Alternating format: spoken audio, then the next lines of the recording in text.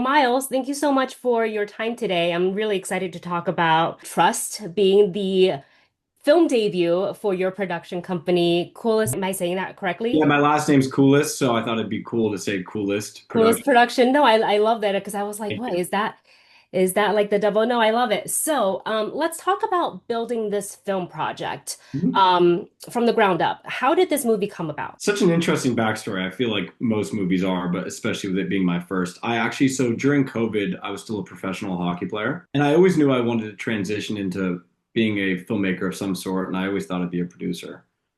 So during COVID, I started just reading a bunch of scripts, whether it be an agent friend of mine sending me scripts from the blacklist, my dad basically passing on submissions to him, to me to read for him, and so on and so forth. And then I went on and played another hockey season after that. I played with the New Jersey Devils organization that year.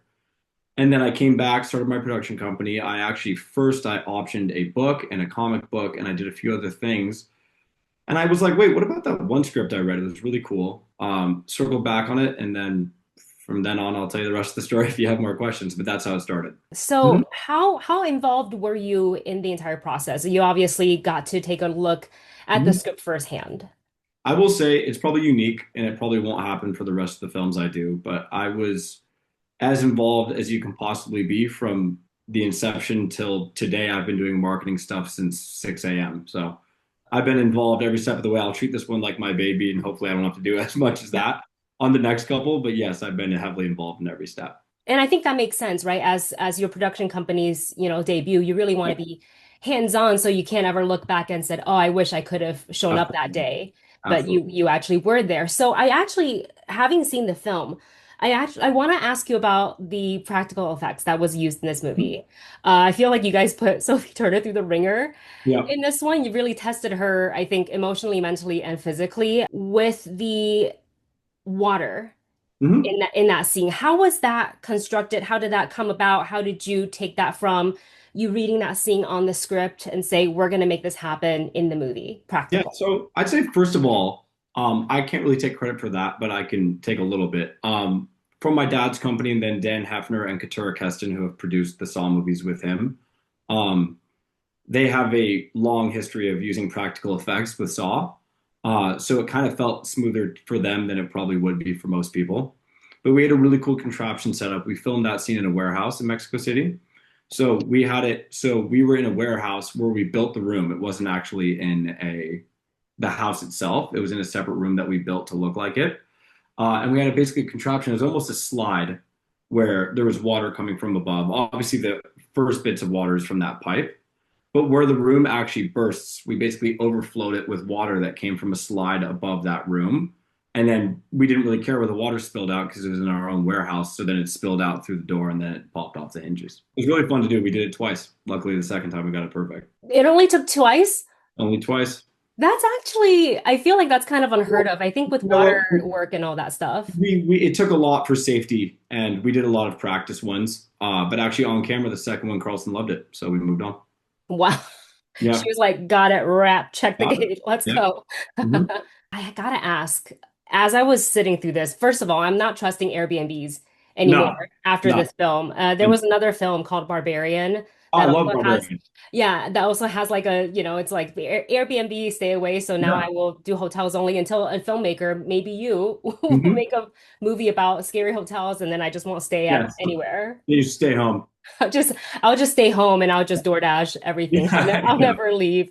Mhm. Was there something when you were reading on the pages and you thought, I can't wait for the audiences to come and see this being presented on the big screen with like a scene that you were really excited to make? That's an interesting question because I feel like when you make the movie, you're excited about all of them. A scene that I really, really loved was the first interaction when Sophie's in the room and she's interacting with Reese Corero, Forrest Goodluck, and Gianni Paolo, and kind of the back and forths where it's so intense and they're speaking to each other through that door. I thought was excellent. And also, I love the fact that Sophie just captured it so perfectly because it's hard to act on your own while being stuck in a room like that, but she crushed it. I thought that was a really cool scene that it really kind of like it upped the ante, I guess, of the film. And that's where the heat started to crank up a bit. And I just thought they did all four of those actors did such a great job with that scene. I felt like that raised the tension because it was really unpredictable, right? You really weren't sure. Like No. I almost would say one of them was a wild card, but all of them were sort of wild Yeah, cards. yeah. And I was gonna say she wasn't really stuck yet either. It was the fact that they kind of had that exchange with the door handle and everything, which made her stuck in that bolted room. I feel like she's gonna have a conversation with her assistant the Yes. next time they book an Airbnb and be like, please make sure all the doorknobs are Well, solid. here's a question for you. Sure. I'll interview you now. Do you think the assistant was in on it or no? Okay, I did think it in the movie. I was like, how is this girl being paid what you get paid as an assistant? Like not checking in on your client. But I Yeah. guess her phone also died, so Her phone died, and she told her to turn her phone off and kind of take some time to clear her head. But you never know if the bad guys paid her off to let her know. You never yeah. know. I You mean, know, I feel like we need a part two. we might. And was there a scene when you read the script, sort of the same question, but on the other side of the coin, to say, oh, this looks really cool and it reads great in paper, but you were worried about it, like it being a challenge as you tackle it. I thought the challenging thing would be to have a convergence of all these stories that are happening in the outside world while Mhm. keeping the scenes inside that boiler room entertaining. And I thought the pacing that we did was great because you have some levity, you have some humor with Reese Coiro and Katie Seagal, and you have these moving pieces.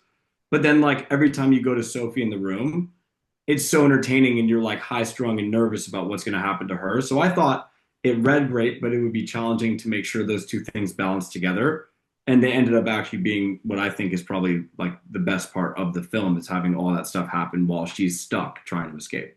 Yeah, I agree because the clock keeps going and there's events happening. So, and I like the device that you used with her dog getting away and sort of that tied in I don't want to say bodyguard. I guess it's more like a hitman, Yeah, yeah. coming in and find who is like relentless. I was like, this man is scary. Yeah, he is, huh? Like having him as like like a hired gun, and then having these other criminals who are the complete opposite of that, and kind of the contrast of all this happening to Sophie at the same time. We love that idea. This movie really told the story through a female's lens, Hmm. and especially a celebrity, someone who was a child star, Yeah. so already growing up under a microscope, and now she's caught up in a scandal and she's just trying to get some me time.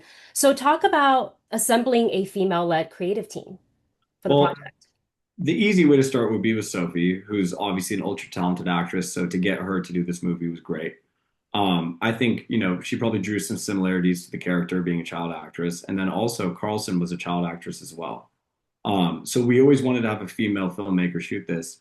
But then talking to Carlson, she just felt like she needed to do this because she understood this character's perspective as well. And being able to have those two work together, um, I just felt like there's some vulnerable things in there that they were able to really do better than we could have possibly imagined, whether it be, a guy directing this movie or even a girl that can't relate to the story. So that was the core of kind of what I was trying to build there. So this project was produced alongside Twisted Pictures. Yep. So what was it like to work? Because I know there's a family connection there. So what was it like to work closely with them on a film, on your first film project? Yeah, it's great. I mean, I'm going to make my next probably, if all goes well, 8 to 10 movies with the same team here. It was awesome. I mean, look, obviously Oren's my dad, but he's also a very respected filmmaker. Dan Hefner, who's the president of Twisted Pictures, is a legendary figure in his own right. And Katura Keston, who's his VP, has been working, those three have been working with my dad on the Saw movies for the last 15 years. So to learn from them while also, creating and making my first movie and also working with Lana Rocklin, who is incredible, who I actually interned for as my first job in Hollywood. Um, it just it felt awesome to have such a great team around me to help guide me and work together and collaborate into making this great project. And we're excited to make the next one and the one after that. Growing up, you probably had a lot of exposure already to filmmaking. So you weren't coming into it as like a total stranger, but did you ever find yourself sort of feeling like you couldn't voice something or you felt pressure to have to deliver it to a certain level because this is what you grew up around? Yeah, yes and no. I think that the any pressure I feel comes from myself too. But I definitely, like I lived in such a world as an athlete where there's there's a right or a wrong, or there's you either win or you lose or whatever. And filmmaking is so subjective that it's really, you're creating. And so it's such a different muscle to flex. And it's been such a great process. I'm just very fortunate that the first film I did ended up being such a great one and such a great experience because it also was, a learning experience for me too, moving into the next things that I do as well. But I couldn't be happier with the outcome, and especially we just showed it to a good group of people here at the Paramount lot. We did a little bit of a screening last week or 2 weeks ago, and they received it exactly how we intended. They laughed at the right times, got scared at the right times, were nervous at the right times, and it was a little bit of validation to make sure, like just to know that we delivered the right project. It worked. Was there a specific moment that you were hoping the audience would be like, yes, they get it when you heard their Yeah, reaction? yeah. I mean, look, like when certain things happen, whether it's a death or so, we're like, you expect people to be scared, but we Uh-huh. wanted to add some levity to it, especially with Katie Seagal's character and Reese Coiros's character. And like the parts that they made jokes about, I wasn't sure if they'd connect, but the whole theater was laughing. And then all of a sudden they'd be scared. And then, so it's just like anything, like, if you're making a horror or a comedy, you kind of have to pace out the scares and the jokes. And so when you're doing, not that this is a comedy, but there's still some funny moments to it, you kind of have to balance everything, and to have those kind of hit correctly at the right times was a great feeling. But it was really nice to hear everybody get really nervous Yeah. going into it and be like, oh no. So I think the audience did appreciate those comedic moments Yep. to kind of break it up and be like, oh, this isn't so bad. But the next Yes. minute, you're like, what is that? Why is, like, oh You, no. it's hard. Like, for instance, I just saw Weapons, right? Which is Mm, horror, but you still have to give the audience a break every once in a while, which that movie did beautifully. Like, you yeah. can't just put everyone on the edge of their seat for an hour, 30 minutes of just torture, or else that's not, at the end of the day, it's still meant to be an enjoyable experience, and it's hard. And I think, we didn't do the stereotypical jump scares or the horror in this because it's definitely more of a thriller. But if you kind of like let the audience relax a little bit, it makes the next thing that is thrilling or scary or whatever hit better. So that was the goal. Earlier in our conversation, we talked about your journey with hockey. So Mhm. how did it go just from, because I think your dad played hockey as well. He did. Well, that's why I played hockey as a kid. It's kind of Uh, hard, especially growing up in Los Angeles. You don't just, it's not like we're living in Toronto and we just skate out correct. the yard, like you got to have some people nudging you in the right direction. Yeah. So But how yeah, did that come about, going from like sports to producing, and do you find any sort of parallel in the two? so first part of the question is I always knew I wanted to work in the industry after being an athlete. I retired from professional hockey at 27. Whether it be 37 or 27, I knew I wanted to do something in film because it happened earlier. It almost kind of motivated me to be more successful than if I had this illustrious hockey career. I'd probably be like, whatever.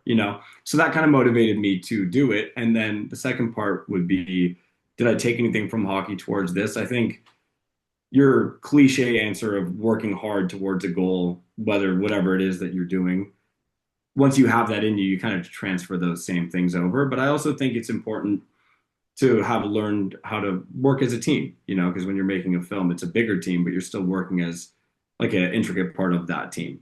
So I think learning just the basics, just hard work and work ethic towards something. And then once it came to actually making the movie, being able to work with it as a team is something that I took with it as well. So with Trust being the debut film, Mhm. do you find yourself attracted to more horror movie genres? Yeah, I think you know what. Well, first and foremost, we're kind of signed up to make these right now for Hmm. we have this overall deal at Paramount. I, Great.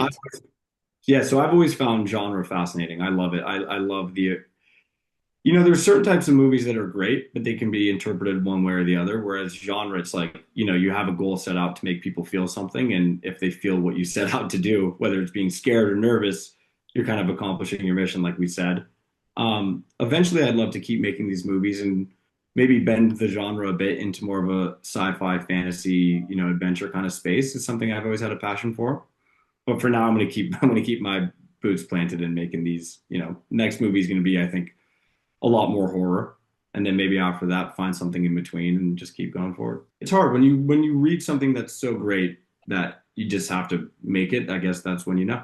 And speaking of that, when you are going through the scripts, what is it exactly that you look for? Is it something that's within the first couple of pages? And if it's not there to capture you, you're kind of like, I'm not sure. Or do you push through? It's funny. So it's there's two parts of that. Is I'm the kind of person, and it might be a bad quality as a producer, but I love everything. Like I don't know if I've ever seen a movie that I hated, but it's also because I just love movies. But you have to be a little bit selective, and it's something that my dad taught me that he learned from someone that he worked for in the early days in Hollywood. Is it's a quote from him, and back then it was a newspaper, it wasn't Twitter or anything. But he basically said, if you open the paper on a Friday and you see five movies, what's going to make you want to go see this one? So you got to kind of think of you're not making a movie for the audience, you're making it to tell the story that you want to. But sometimes you still need to factor in the like what's going to make people want to go see something while also layering it into having an important message. And, the important message for this one was just about, female empowerment and the way that they can be mistreated in Hollywood. What can you tease about any upcoming projects you may have? Um, Oof, that's tough because I don't want to say which one we're going to make next, but I have some stuff. I will say a tease would be the next one's going to be very, very scary. That's a tease I can give you. I like that you're staying in like the horror genre for Oh like yeah. a little bit. My goal is to just make better and better stuff every time. Well, amazing. I look forward to your future projects. Thank And you. thank you so much for your time today. Absolutely, it was great talking to you. Thank you.